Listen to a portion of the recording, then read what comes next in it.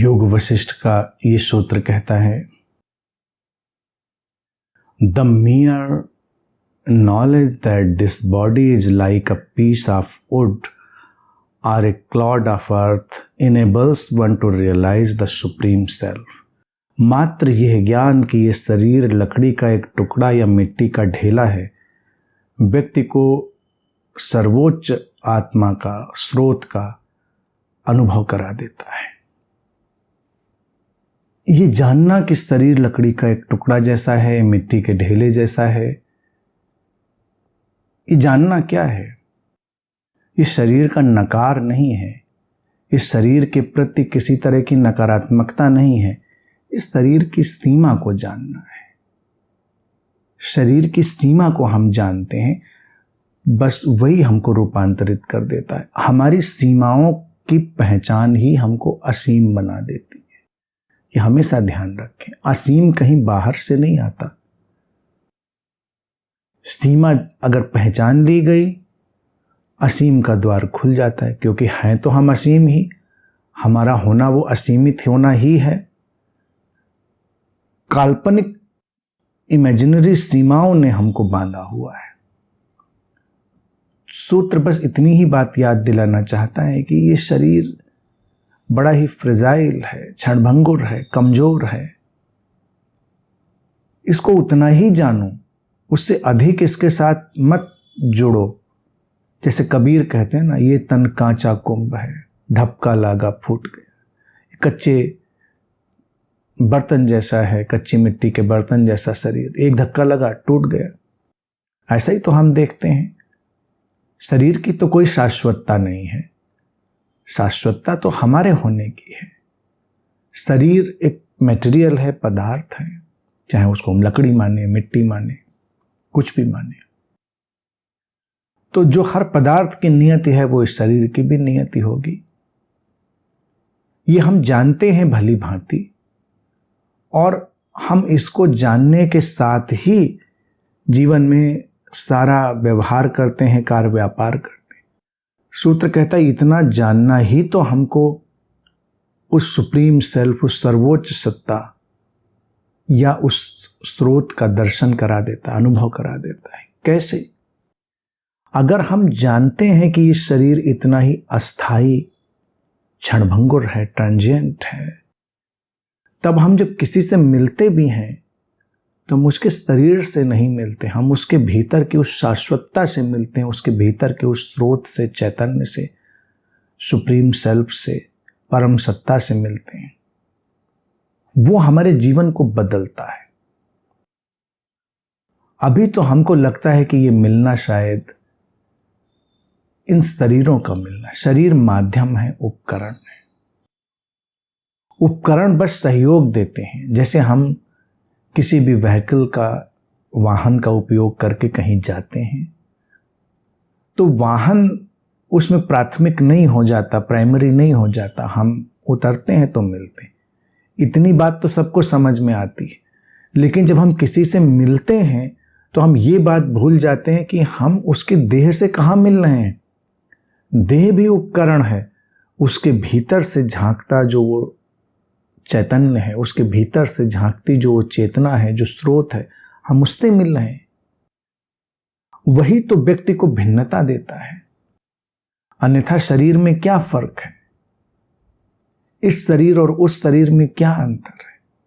कोई अंतर नहीं है। सारे शरीर एक मशीन है, एक जैसे। इसीलिए जो लोग बहुत समतावादी होते हैं वो कहते हैं सब लोग एक जैसे हैं। सबके शरीर एक जैसे, लोग एक जैसे नहीं हैं। अलग अलग शरीर से वो सुप्रीम सेल्फ, वो सर्वोच्च सत्ता अलग अलग ढंग से झांकती है। उसके अपने अलग अलग कार्य व्यापार होते हैं। तो उस दृष्टि से हम लोगों की भिन्नता को देखते और जानते हैं। हम जब भी किसी से मिलते हैं तो उसके भीतर जो वो अद्वितीयता, वो जो अनूठापन, वो जो ऐश्वर्य दिखाई देता है, वो शरीर का हिस्सा नहीं है, वो उसके होने का, उसकी प्रेजेंस का हिस्सा है। वो प्रेजेंस बदलती रहती है। कई बार अगर हम जागरूक हों तो एक ही शरीर में समय के साथ जो अभिव्यक्ति है वो अलग होती चली जाती है, बदलता चला जाता है व्यक्ति।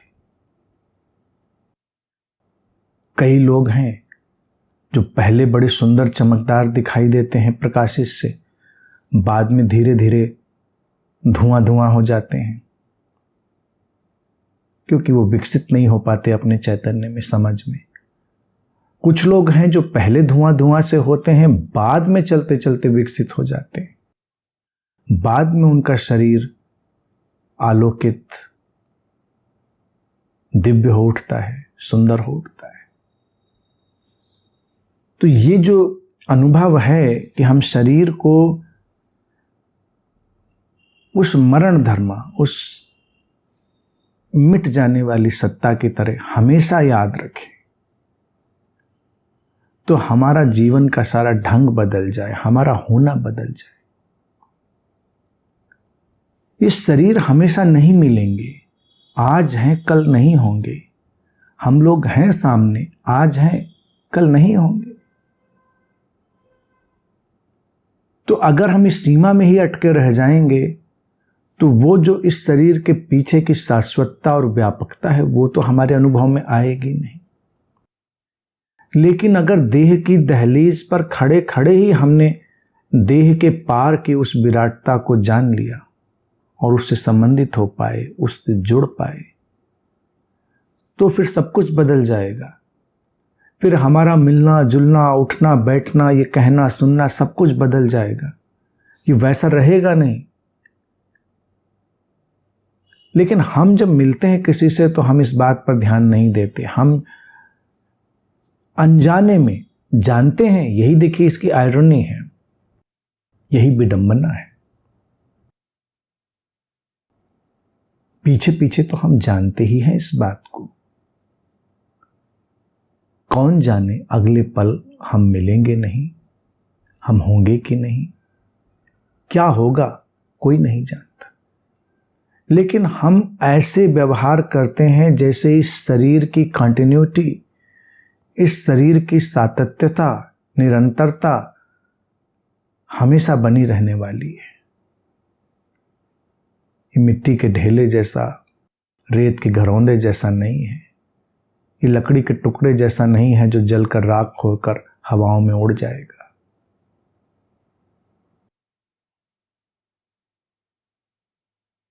और तब ये हमारा अज्ञान और हमारा भय मिलकर हमें एक दूसरे से मिलने ही नहीं देता। हम सतह सतह पर तो जुड़ते हैं, सतही बातों में उलझे रहते हैं और जीवन बह जाता है। हम जीवन की उस सर्वोच्चता से अगर जुड़े तो शरीर की क्षणभंगुरता को हमेशा ध्यान रखें। सम्मान करें शरीर का, लेकिन उसमें अटके नहीं।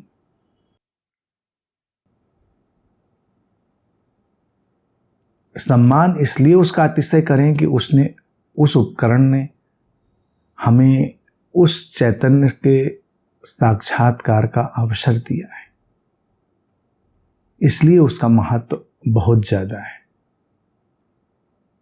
बाकी तो वो इतना क्षणभंगुर है कि हम कल्पना ही नहीं कर सकते, कब बने और मिट जाए, पानी के बुलबुले की तरह। ये बात कई बार लोगों को लगता है कि अगर हम हमेशा याद रखेंगे तो क्या ये बात निराशाजनक नहीं बना देगी हमको? नहीं, ये बात हमको और उत्साहजनक बना देगी, हमको ज्यादा प्राणवान और जीवंत बना देगी। हमारा प्रियजन साथ बैठा है और हम तो ऐसे व्यवहार कर रहे हैं जैसे हजारों साल तक चलते रहने वाला खेल है। हम बेवकूफ़ियों में लगे हैं, हम लड़ाई झगड़े में लगे हैं, तमाम तरह के हम व्यर्थ की बातों में लगे हैं। लेकिन अगर हमको ये एहसास हो कि ये क्षणभंगुर सा आकार है तो हम चैतन्य के द्वार खोल देते हैं। जैसे कोई बांध होता है, उसके पीछे जो पानी रोका गया होता है दरवाजे बना के, हमारी स्थिति वैसी, हम सारे दरवाजे बंद करके बैठे, फिर हम द्वार खोल देते हैं, पीछे से वो विशाल जल राशि हमारे जीवन में प्रवेश कर जाती है। चैतन्य की वो धाराएं हमारे जीवन को आपूरित कर देती हैं। जब तक हम इस बात का स्मरण नहीं रखते, हमारा जीवन बहुत ट्रिविलाइज हो जाता है, बहुत ही सतही हो जाता है। आज का बाजार, आज की मीडिया, आज की सोशल मीडिया, उनका उद्देश्य ही है, और वो बहुत षड्यंत्र से चल रहे हैं कि जीवन को कितना सतही बना दिया जाए, कैसे लोगों की व्यक्तिगत बातों को मेन स्ट्रीम न्यूज बना दिया जाए, कैसे कुछ सतही बातों को हम देखते सुनते आगे बढ़ें। यही सब चल रहा है। कई बार सोचो, जिसको ये पता है उसको ये मूर्खतापूर्ण रील देखने का टाइम है या बनाने का? इस बाजार ने तो हमको ऐसा बंदर की तरह नचा दिया है। लोग सब काम धाम छोड़कर रील बना रहे हैं, जो नहीं बना रहे हैं वो देख रहे हैं, मतलब कुछ नहीं। उसके बाद खाली खोखले सन्नाटे, कोई अभिप्राय नहीं। तो जीवन की क्षणभंगुरता को जानते हुए जियो, अपने साथ, दूसरों के साथ, प्रकृति के साथ। कभी बाहर निकलो, चांद तारों को निहारो, पेड़ पौधों के साथ रहो, प्राणियों के साथ रहो, लोगों के साथ। जीवन के इस अनंत विराट प्रवाह के साथ कभी लयबद्ध हो। वही विराटता है। सब जाएगा, कुछ भी ठहरा नहीं है यहाँ पर। ये मिट्टी के ढेले जैसा है, ये जानते हुए। ये हमारे सामने जो पेड़ खड़ा है ज़्यादा दिन नहीं रहेगा, लेकिन जब तक है तब तक तो उसकी हरितिमा को हम देखें, उसके भीतर प्रवाहित होते जीवन से जुड़ें। और यही हमारे साथ है। हम अपने शरीर को ही सहेजते संभालते रह जाते हैं, सजाते और पता नहीं क्या क्या करते, कि शरीर के पीछे की जो व्यवस्था है, शरीर के पीछे जो आनंद का आयाम है, उसमें हम प्रवेश ही नहीं करते। और शरीर को भी सजाने के नाम पर सताने, इस सब के बाजार ने इतने आयोजन कर दिए हैं कि अंतहीन है। तो हमको जाग कर उस सबको देखना होता है, और तब अचानक हम पाते हैं कि हम तो उस सर्वोच्च सत्ता से कभी अलग थे ही नहीं। हम तो वही हैं। उससे कब अलगाव रहा हमारा?